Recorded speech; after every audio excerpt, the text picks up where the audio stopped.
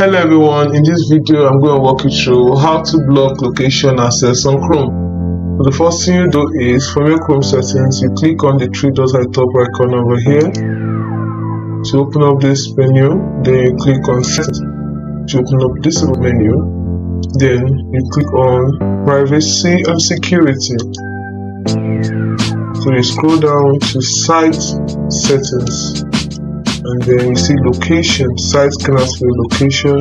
Click on it, and right now it's allowed, so you click on this which says don't allow sites to see your location.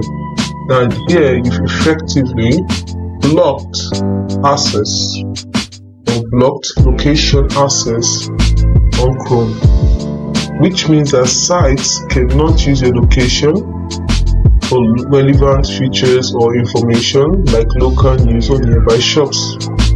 If you ever have a change of mind, you can simply come back here and click on this, which will allow sites to ask for your location.